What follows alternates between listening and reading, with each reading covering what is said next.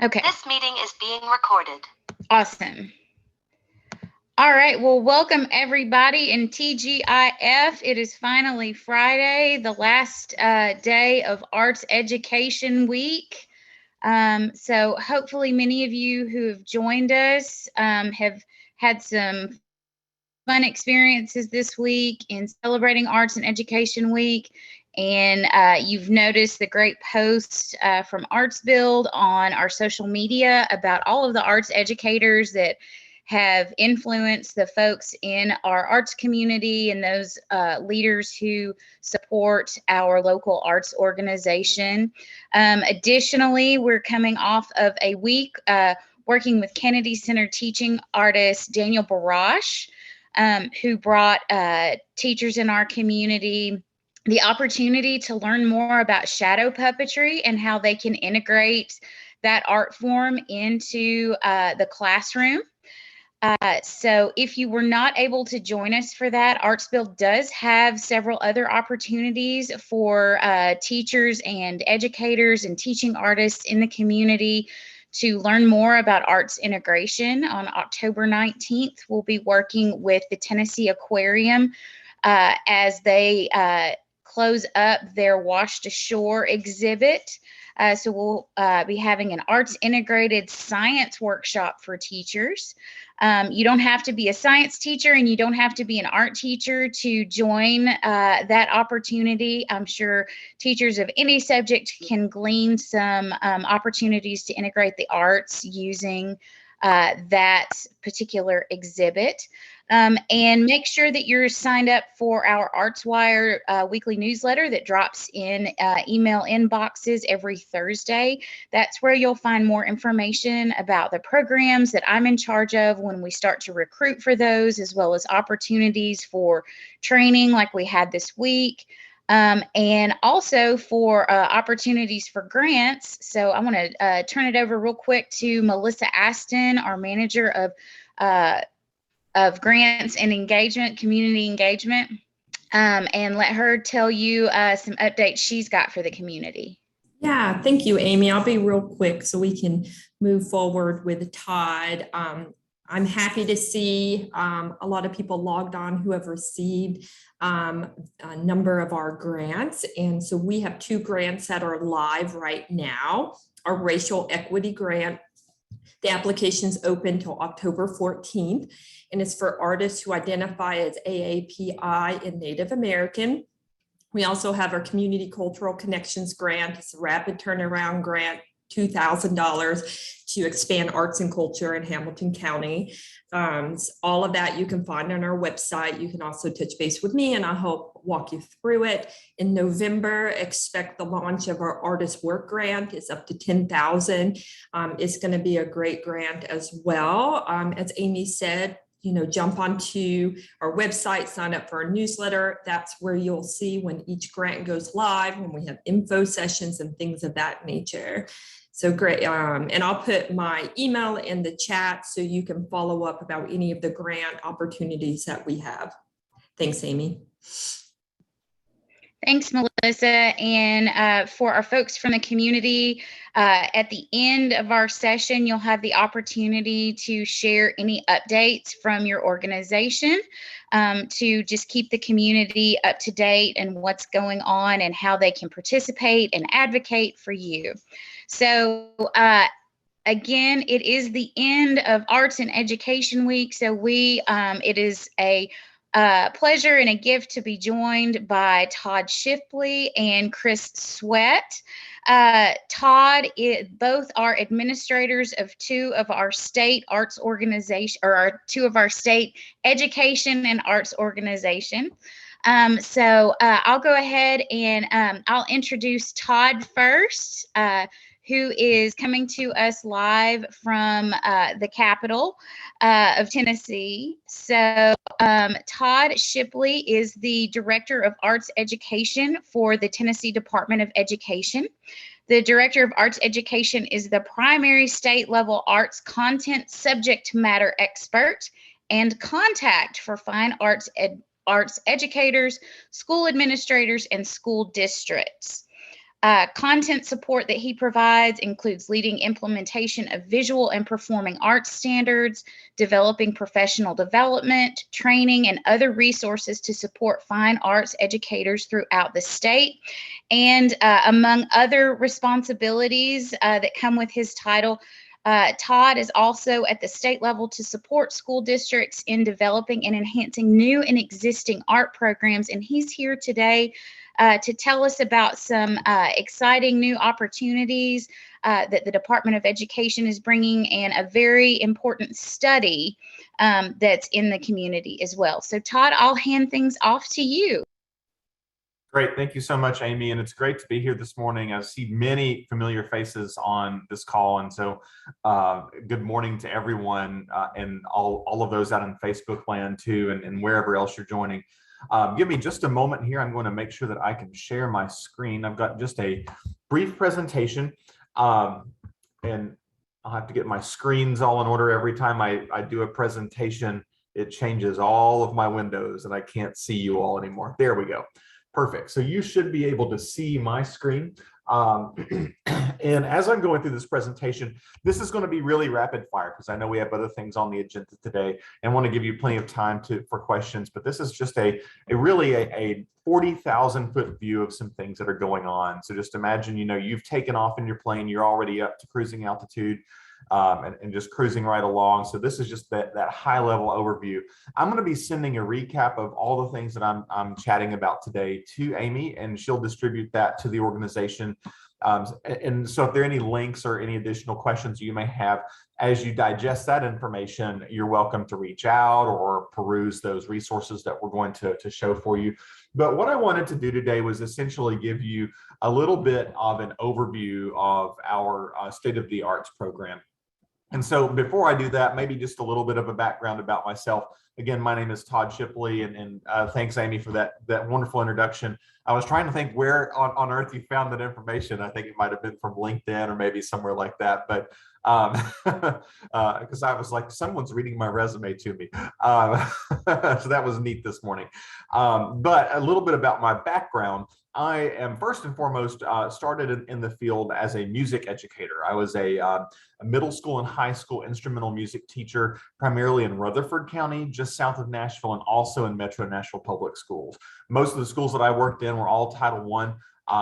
And had a great, the most recent school that I taught in before assuming this role in 2018 was one of the most diverse schools in Nashville. We had over 60 languages spoken at home.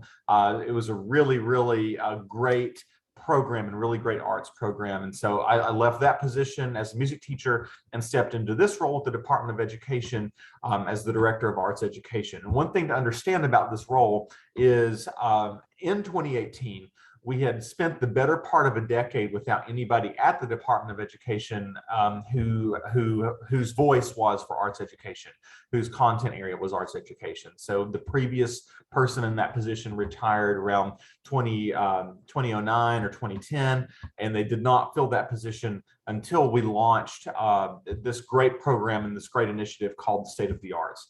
So a little bit of an overview about what that program is. And so State of the Arts is a public-private partnership between arts and other community organizations and the state of Tennessee government to leverage our state's rich history to expand student access to high-quality arts instruction.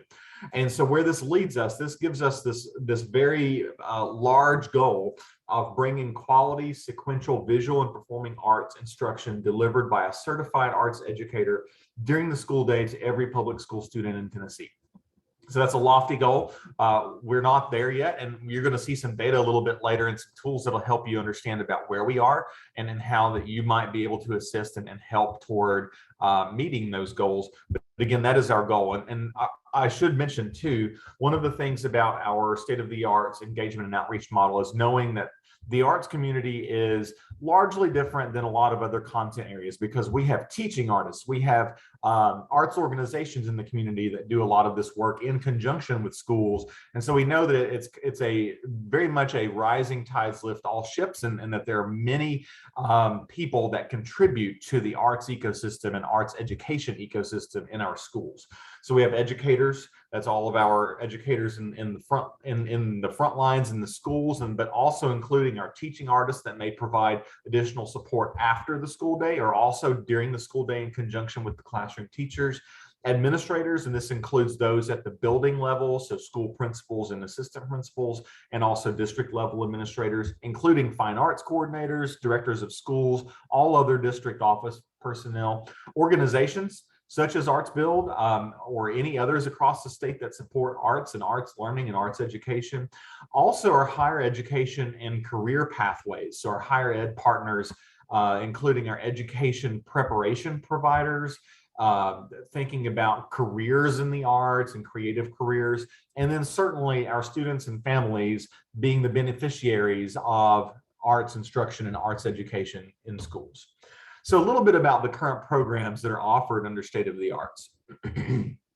So the first thing I want to talk to you about, and you're going to get a double dose of this morning. This is going to come up again in my presentation in just a few moments, but I want to start with the first implementation that happened under State of the Arts. So when we launched State of the Arts back in 2018, the first initiative of it was the Arts Education Data Project. One of the things that we all know on this call is that decision makers, funders, things of that nature, people and organizations don't make decisions without looking at data. And that's certainly true of the education field as well. And one of the things that sticks out to us is there's really, or at the time, was relatively little data about what arts education looked like, not only in Tennessee, but across the nation.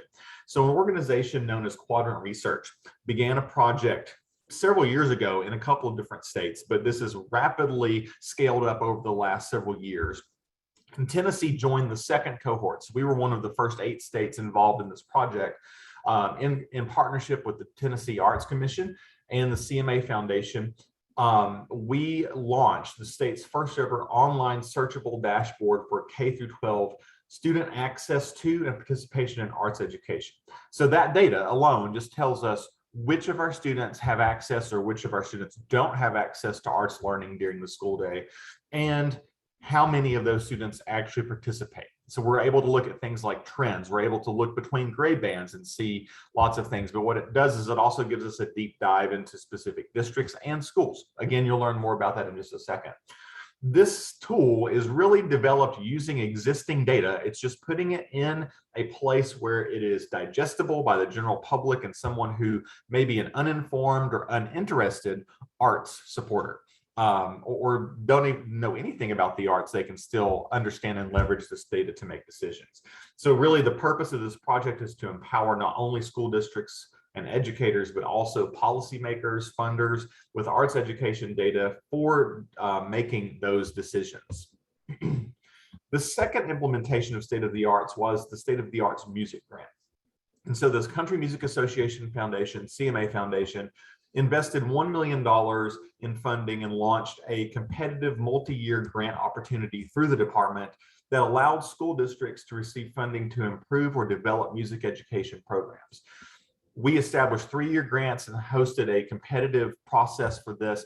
One of the first takeaways immediately was this process had educators and district officials coming together, and we had so many comments that this was the first time that there had been talks at the district level or talks across districts about improving arts programs in districts. The first time that they had been to the table in decades to talk about those things. And so we're entering the final months of implementation this fall. Started back in 2019 with the grants to the districts, and there are 8 districts across the state, 1 in every core region, representing some of our smallest school districts all the way to our largest school districts in Shelby County. I want to share some of the key takeaways from that grant. So all of those 8 different grants are certainly unique because all of those districts have a different landscape. They needed different things. As part of the application process, they constructed a needs assessment based on what they needed and what their goals were. So some of the early takeaways, though, that have bubbled up to the top that are common between all of those 8 grantees are the following. Investing in high quality instructional materials and curricula improves equity of access and student achievement outcomes. Providing opportunities for music educators, and I should say here, because this was a music grant, a lot of this language is music specific. However, we completely believe and understand that these common takeaways are agnostic to arts disciplines. So you can insert dance here as well. You can insert theater as well. We know that these things will benefit all of those arts areas.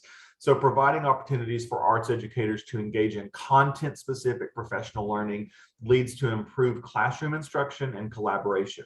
Additionally, creation of in-district networks such as content-specific PLCs, that's professional learning communities, and mentorships encourages frequent and sustained collaboration throughout the school year and more effective sequential scaffolded lesson planning.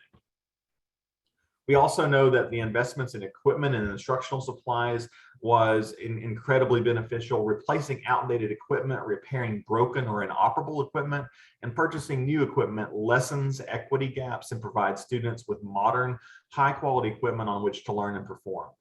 And we also noted that districts investing in centralized and detailed inventory processes ensures good stewardship of those district investments and assets.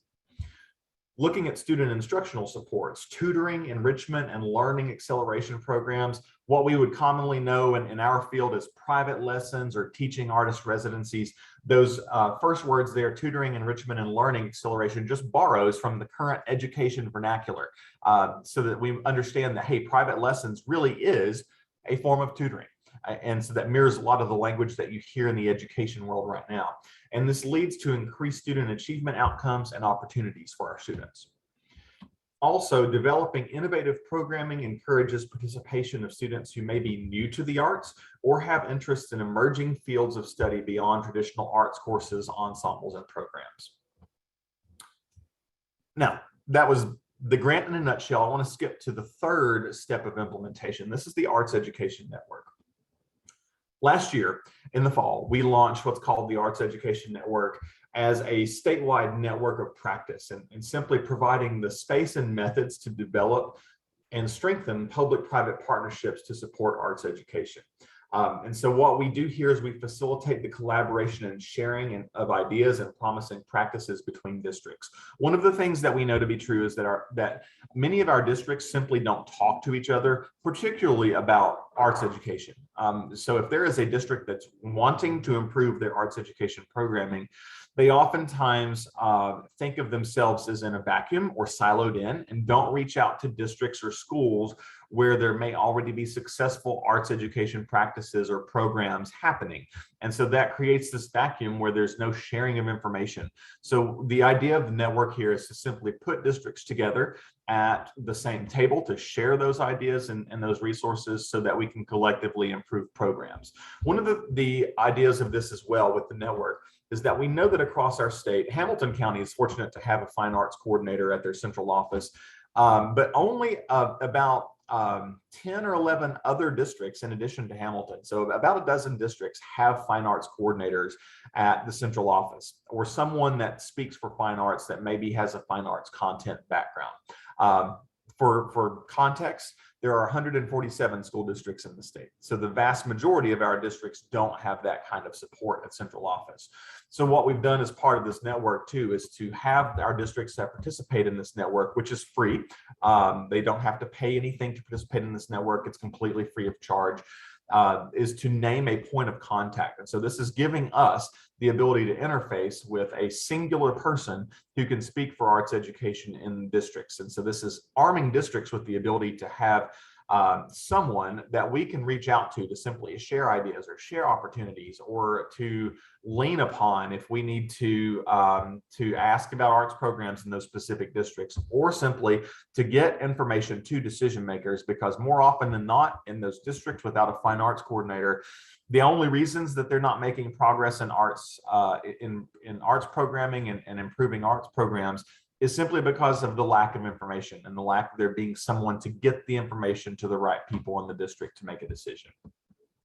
So some of and I'm going to fly through this section here, but our network members, our districts that are participating, receive access to something I'm going to talk about in just a moment called the State of the Art Study. They receive lots of additional things, including preview access to arts education data releases, social media toolkits for Music in Our Schools Month, Youth Art Month, also the Arts and Education Week. And then, of course, a couple of other benefits as well, and even more as we enter the second and third year of learning what our districts need as well. I want to quickly look at our participation. There are 56 network members. That represents both districts and charter management organizations as well across the state. Out of that looks at 52 districts, and that represents all 8 core regions of the state. That's just a term the state uses to regionalize the state and to group counties together. Across all 3 grand divisions of the state. That represents all types of school districts, rural, suburban, urban, to our smallest school districts with only 1 school, to our largest school district in Shelby County with over 200. One thing that, even though we're not near that 147 district number yet, we are very happy with this number because of the districts that are participating. That represents over 650,000 students, roughly 70% of the student population in the state of Tennessee. And we are launching an additional cohort this fall so that additional districts can begin to participate. Now, this leads us to where we are currently with something called the State of the Art Study. This is the primary benefit of participation in the network. Our districts receive free access to this resource, and this is a true savings for a district. This work, as I begin to speak about it in a second, you can understand would easily cost a district, depending on their size, anywhere from $5,000 to $50,000 simply to do this work. And it's something that's being provided for free, thanks to the generosity of the Country Music Association Foundation. One thing I should also mention too is this, even though the CMA Foundation is backing this and their primary mission is obviously in the music side of things, through our partnership, we've worked strategically to make sure that this benefits all arts disciplines. So this is across the spectrum, it's arts agnostic. Everyone benefits from this, not just music. So theater and dance programs also benefit from this. So this assessment utilizes another one of our partners, Mr. Holland's Opus Foundation, an existing framework they had to really look at districts and their music programs, but we were able to modify it to be arts content agnostic. So that's why it works for our visual and all performing arts programs as well. This assessment collects data relative to quality indicators of arts education programs, things that the data project doesn't tell us. So things beyond who simply has access and who participates. So it looks at scheduling. It looks at the needs of the educator in terms of professional development. It looks at cluster and vertical alignment of course offerings. Are there gaps? So if I start as a kindergartner in one school and stay in that same cluster all the way through 12th grade, are there gaps somewhere where if I start in a music program or start in a theater program, that I'm not going to be experiencing that all the way through to matriculation? This also looks at things like facilities and equitable student access to programming and equipment. At the end of this study, districts receive a report with recommendations on how to strengthen existing programs and develop new programs. This tool is helpful to helping districts simply know what's next, where they can invest their resources to improve their programs for access for all students. But also, it's important to understand these kinds of reports and studies just don't point out what some districts or some may consider to be the quote unquote dirty laundry. This is also going to celebrate the things, and we've already seen this because we've delivered several of these reports already, but we want to celebrate the areas where districts are already achieving and doing good things. Maybe they don't even know, but most of these districts need a little carrot like that to simply let them know that, hey, you're not starting at ground zero. You're not starting at square one. We can get you to the next square, but let's not use deficit thinking in our framing of where we need to go. Let's simply look at a growth model instead. So this also explains the why behind the music and arts education data. It addresses every student and school's story, providing school districts with a customized solution based on their own needs. There are two ways that this happens. It's a mixed methods research study, essentially analysis of data sets. And this is data to compare by feeder pattern, by grade levels, also regional and localized communities. So looking across the state of East, Middle, West, and also with student populations. So taking into account special populations and ELL as well. Collection of surveys, and this is the qualitative piece of this, where the teacher feedback through a teacher survey adds perspective and context. We talk about their classroom space, supplies, funding, scheduling, professional development. These are things that I, in my role at the Department of Education, have no ability to look at a data system and know what somebody's schedule actually looks like, or know what, what other barriers might exist for a specific school. This is an example of some of the recommendations that might be received through those kinds of programs. So it could simply say for a district to implement a centralized inventory system, or to further research scheduling challenges at identified schools to identify contributing factors and develop solutions for improvement. It's as simple as that. So it's not all going to be things that cost a boatload of money. There are things on here too that are simply zero cost solutions and providing steps to get to those. As of right now, our most recent metrics, actually, 51 of those districts that I mentioned earlier have been onboarded and sent a questionnaire, which basically starts this process for them. 42 of those districts have completed those questionnaires. Of those 42, we've completed 38 phone interviews with a district representative to get the process rolling. And then 38 of those districts have been provided MOUs, with the vast majority having returned signed MOUs, starting the work and starting the study in a district, or moving through their approval process at their local level to do this. To date, more than 1,500 educator surveys have been completed. This is important because as we think about our teachers in the classroom, we know they're bombarded with surveys at times and given opportunities to give feedback, but they're not always certain that their voices are heard. Especially with arts educators, because most of the educator surveys out there are quite generic. This survey speaks to the arts educator in the language that they're familiar with, in the terminology that we use in the arts education classrooms, but gives them a voice to tell about their specific situation, which is incredibly beneficial. We're so happy with this number and so proud of all of our arts educators that have completed this survey already. For context, we have roughly about 3,500 arts educators in the state of Tennessee. So we are well on our way to looking, and for these kinds of surveys, getting, anywhere over 20% response is kind of the target for those kinds of surveys. Now, I want to move quickly. As you know, it is Arts and Education Week. What you may not know is it's also Tennessee Arts and Education Week, so it's a national thing as well. But our General Assembly adopted Senate Joint Resolution 970, also commemorating this week to be Arts and Education Week in Tennessee as well. So would encourage you to continue highlighting arts programs and the work that our arts students and arts teachers are doing, posting stories on Facebook, sending quotes on Twitter, sharing photos on Instagram, updating your web pages to celebrate those programs and to let people know about the work our students are doing in the arts and how important that work is in our schools. Additionally, Arts and Education Week provides a great opportunity for school districts and schools to develop and strengthen their support networks for arts education programs.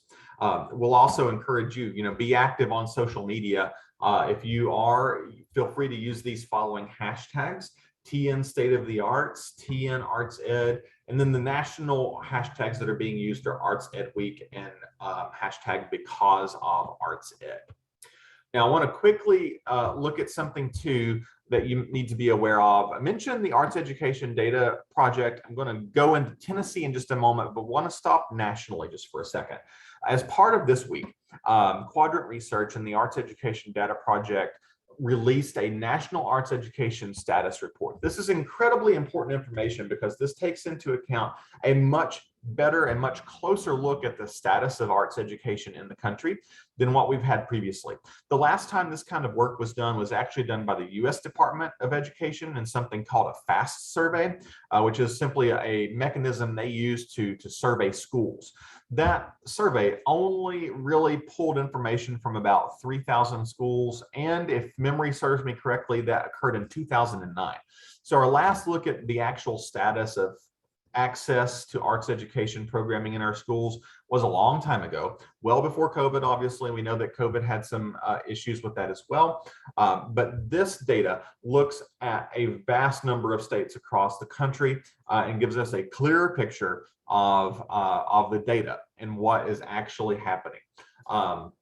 So a little bit, I want to just recap a little bit of this for you. You'll want to look at the full report yourself and to read the summary. But roughly 3.6 million students do not have access to music education in the country, and 2.09 million students don't have access to any form of arts education in our schools.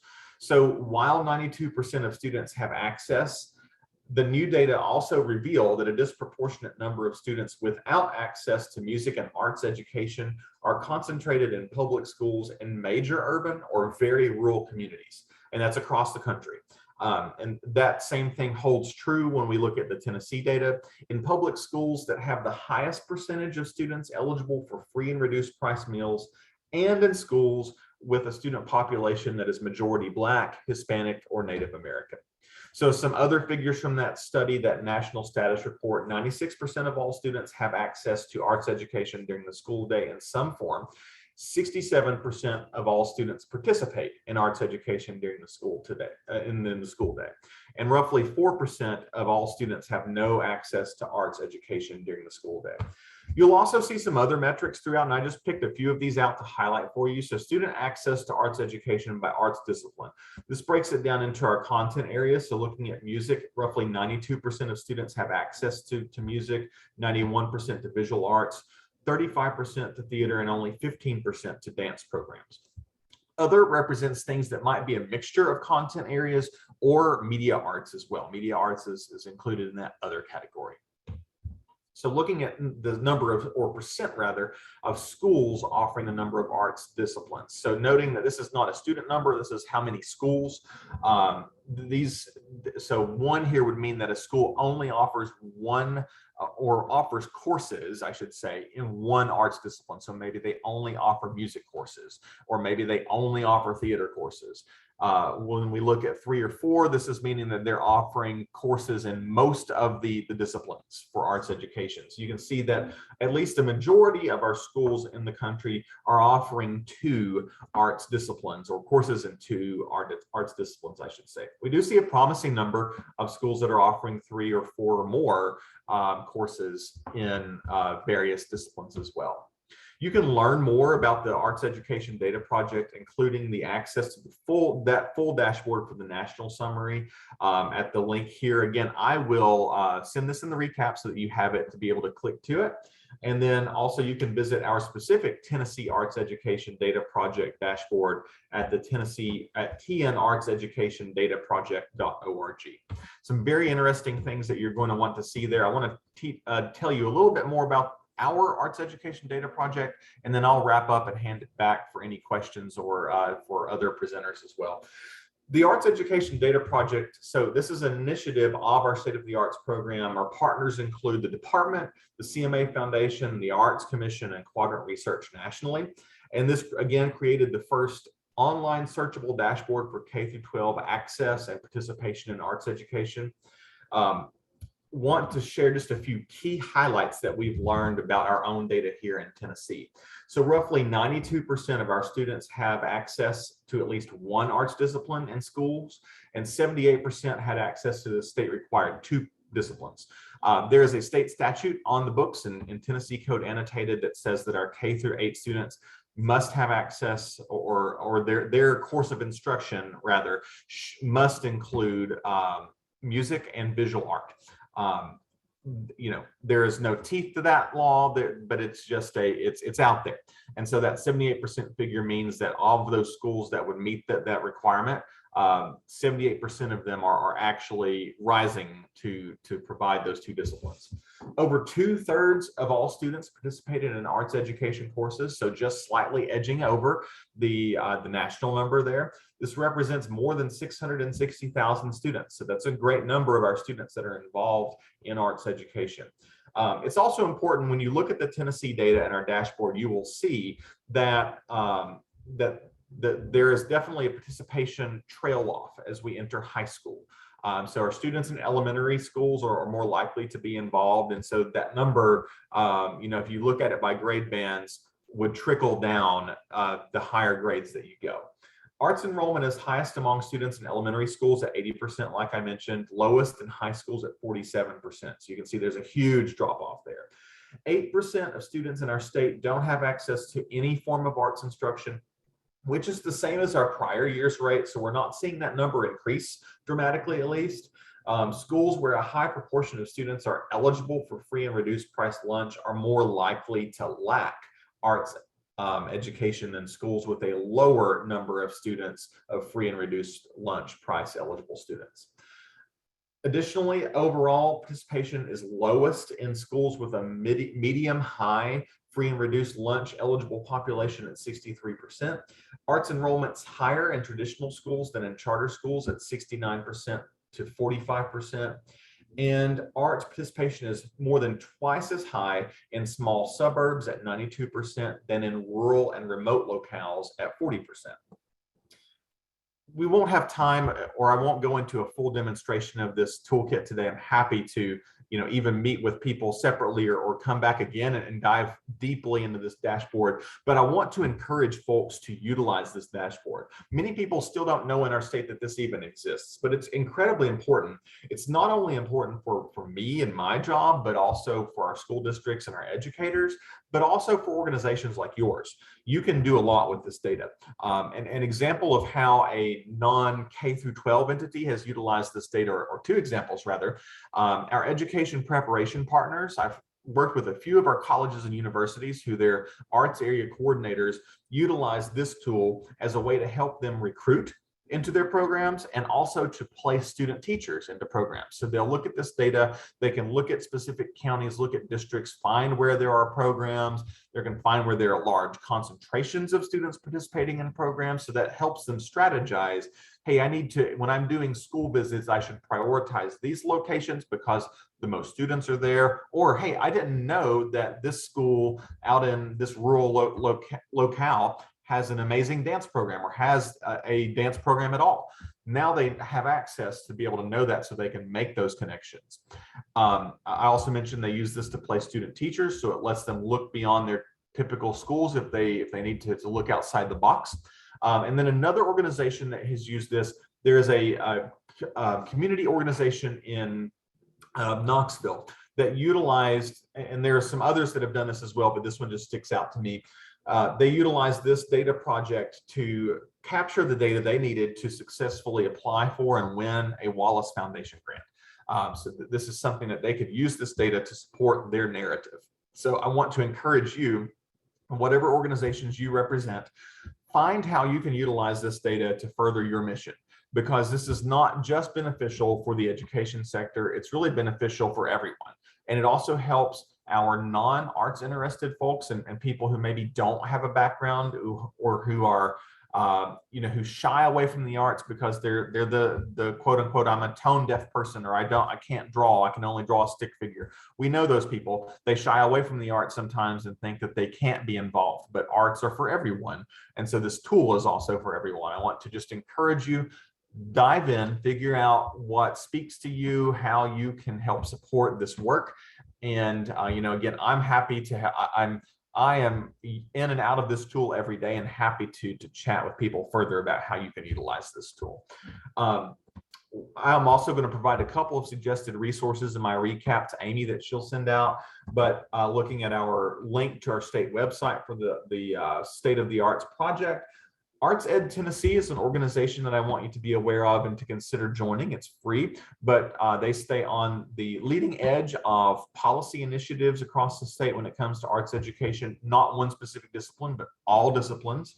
And then also, of course, links to the data project and the National Arts Education Status Report. I also wanted to leave a couple of other resources for you from the Arts Education Partnership. You may be aware of this organization, and I've linked it there for you as well. But two resources that stick out to me that would be incredibly useful to you are ArtScan, which is their tool that looks at education policy across all 50 states and territories, plus territories rather. So looking at things like who has art standards, who has graduation graduation requirements. You can see that for every single state and look at what some of those requirements may be. Also, an additional tool that is incredibly useful that I utilize at least weekly to look something up is ArtsEdSearch. And this is essentially the nation's online hub for arts education research. You'll see a vast collection and curation of research that supports arts education from all angles. There's lots of filters you can use to drill down and find something that may be useful to you in what you're looking for. I want to also give time for questions, but also put up my my contact information here for you. You're welcome to reach out at any time. I don't know how to help people unless you actually reach out to me for help and tell me that you need help. I don't have a bat signal and I can't know. I'm only one person in my office, is simply just me here at the state. And so providing support to nearly 4,000 arts educators and districts, I don't know what help I can provide unless you make me aware of the help that you need. But I'm always happy to serve as a thought partner and to help in any way that I can. And really want to thank you again for having me today. And I'll pass this back over to Amy or open the floor up for other questions that you may have. Spoken like a true educator. Thank you so much, Todd. We've got time for maybe one or two questions.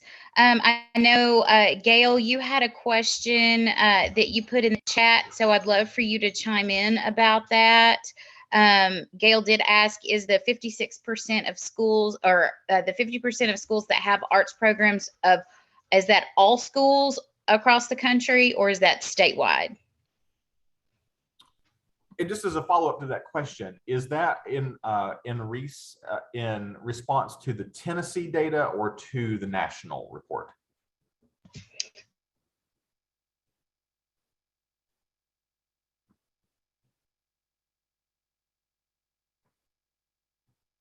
It may not be able to answer there. So I'll give you both.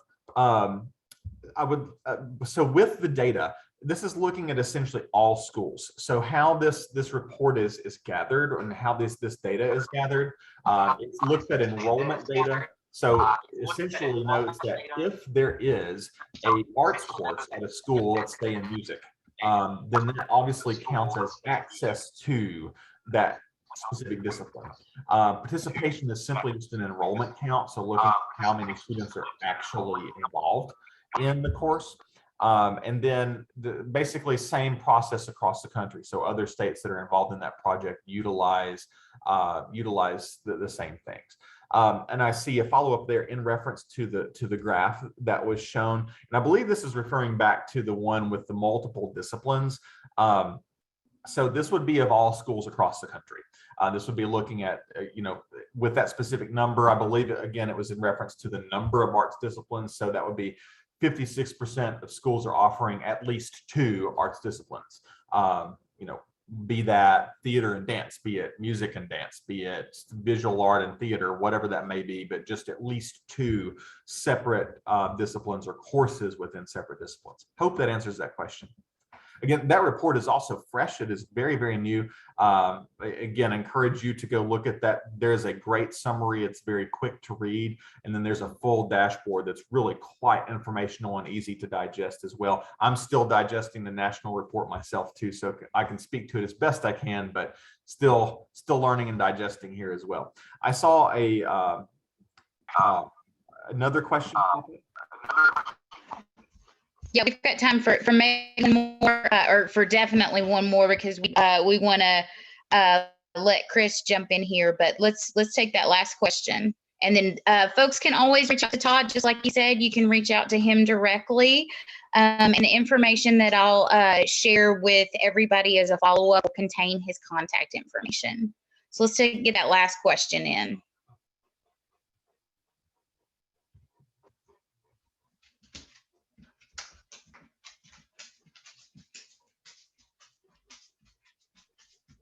Hi, my name is Louis. I wasn't sure if I did ask in the chat that I wanted to ask a question. I wasn't sure if that's who you asked. But I work for the Pop-Up Project. I'm the director of outreach and education here for a performance art nonprofit. And we are sort of the bridge here in Chattanooga. There are there are very few schools with dance programs here in Chattanooga. There's really only the Barger Academy, who's elementary school, and CCA, of course, nationally recognized performance arts school, and Normal Park, upper and lower, that have a dance program through our program. And as I say, the bridge, we are really the bridge between trying to get students who are underserved to try to even compete to get into CCA, our nationally recognized school. And my question really is, I really struggle with the language sometimes in like that, where why is it music and arts? Like why, I understand we are the music city, music state, but it's frustrating to me because it is not a unique situation for dance. Dance is sort of always at the bottom of the totem pole when it comes to it. But after seeing your graph today where other was higher than dance, it's really devastating. So my question to you is, why is that language like that? Why is it that music and art and visual arts, why are those the two that are recognized to be a requirement? Gotcha. That's a fabulous question, Louis. Thank you for voicing that. And that is something I'm keenly aware of too. So I am currently president of an organization called State Education Agency Directors of Arts Education. Big, long name. Essentially what that is, it's just basically people who sit in my role across the country in other state departments of education. One of the things that we have noted is that, and that we have studied, the reason why that kind of at the national level it's listed as music and arts, and this is not incredibly helpful, but it's just simply because that's how it's listed in terms of ESSA, so the Every Student Succeeds Act, and that's how they define when.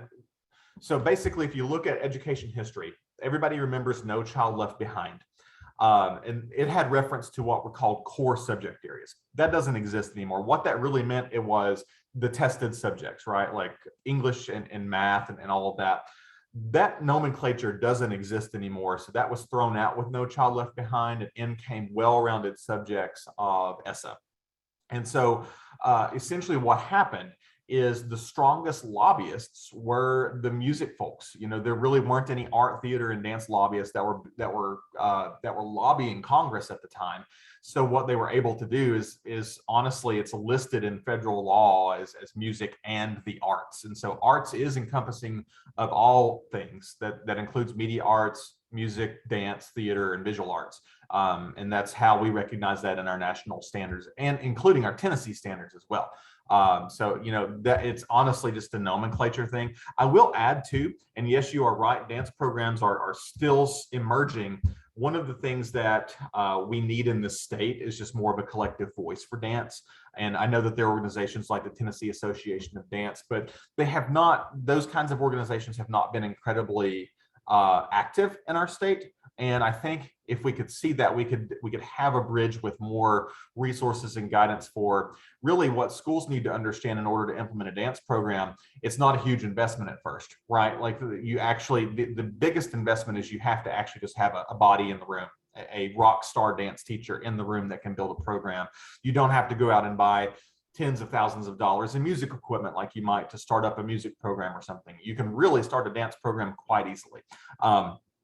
But to say this also too, and history is kind of a good look here. When we look at the development of arts education in the public schools, we know that there's generally about a 25 to 50 year delay.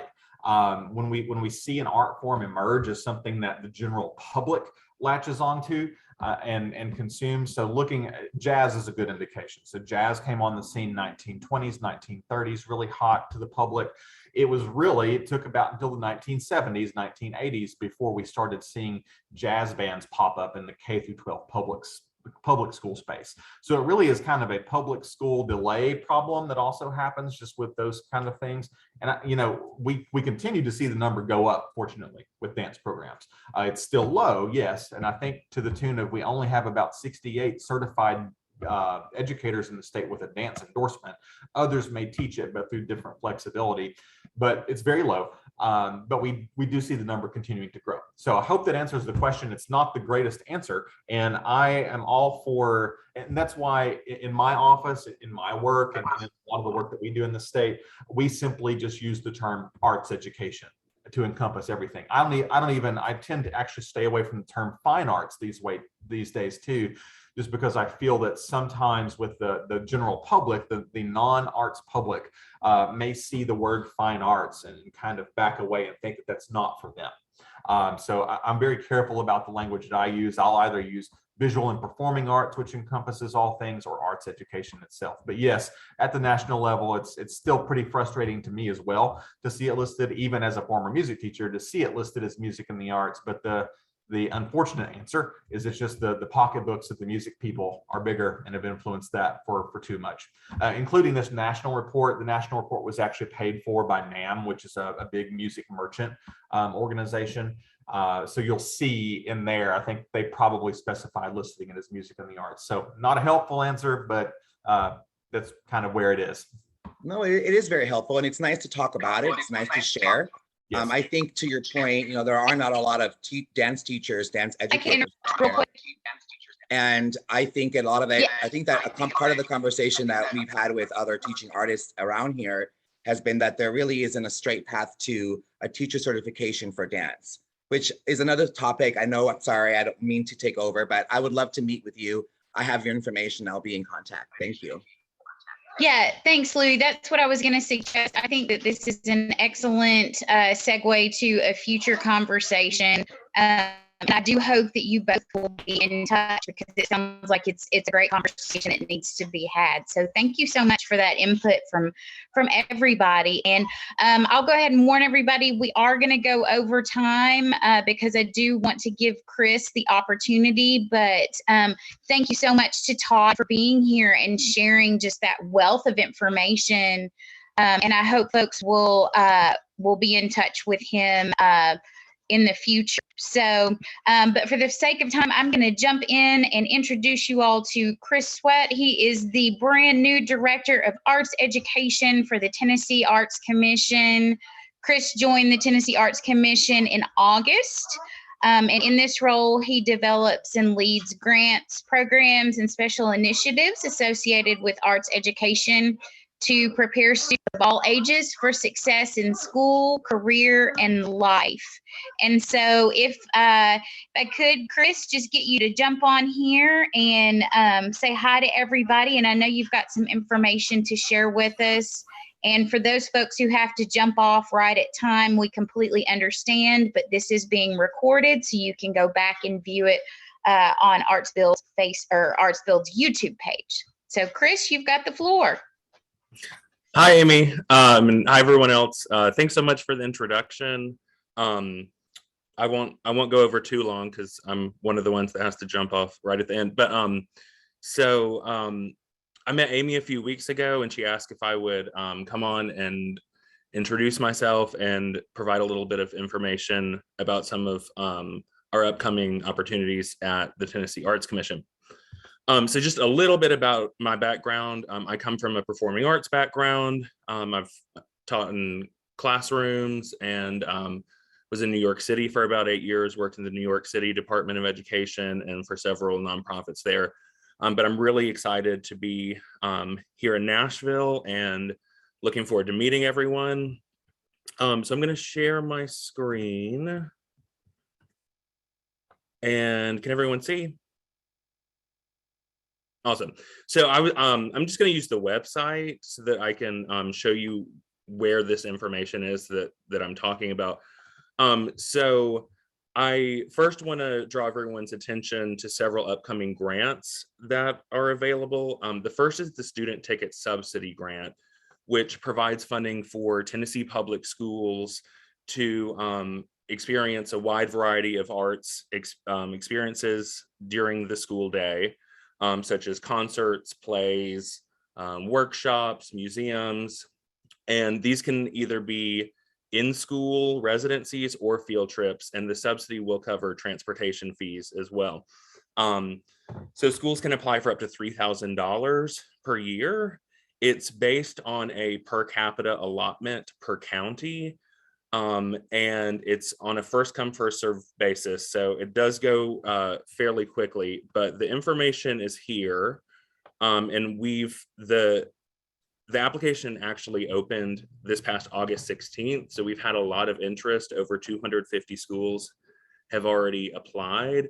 So we are fully funded in several counties, Hamilton being one of those, but certainly some of the adjacent counties are still open. And the student ticket subsidy program will be available again next year if anyone is interested. I would suggest, if you're a new applicant, creating your organizational profile and registering as early as possible so that you can submit the application right when it opens.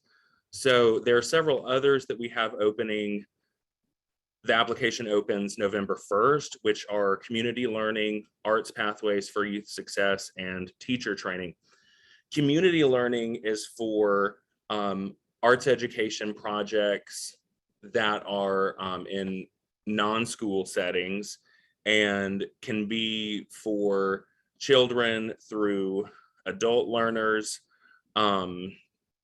There's a few specific requirements here that you can read, funding from $1,000 to $14,000 depending on the program. Arts Pathways for Youth Success is designed for out-of-school arts projects serving youth from communities that are traditionally underserved or underrepresented, and encourage positive youth development. And finally, teacher training is also opening on November 1st.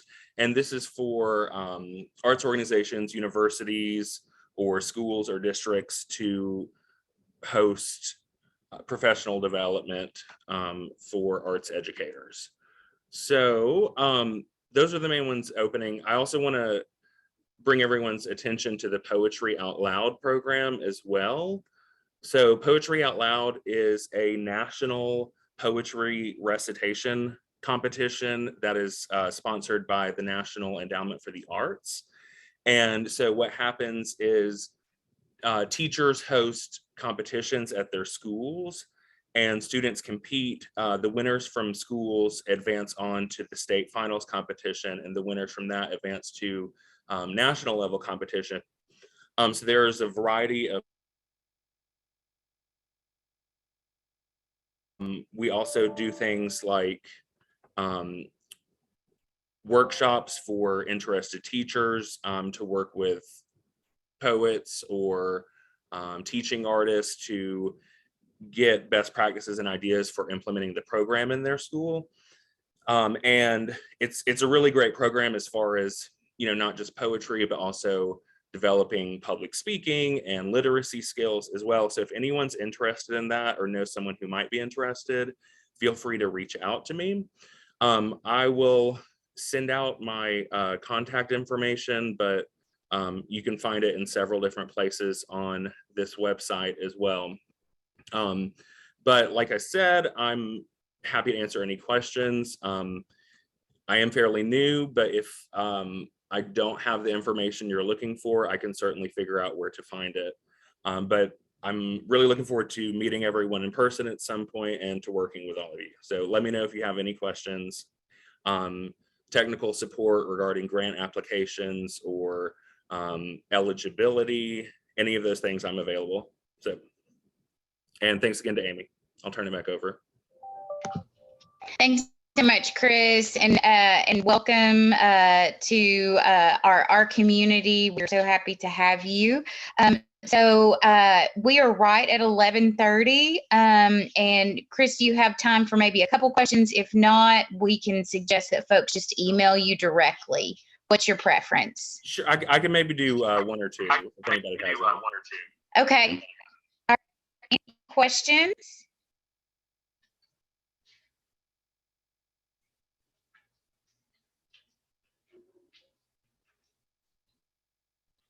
Okay.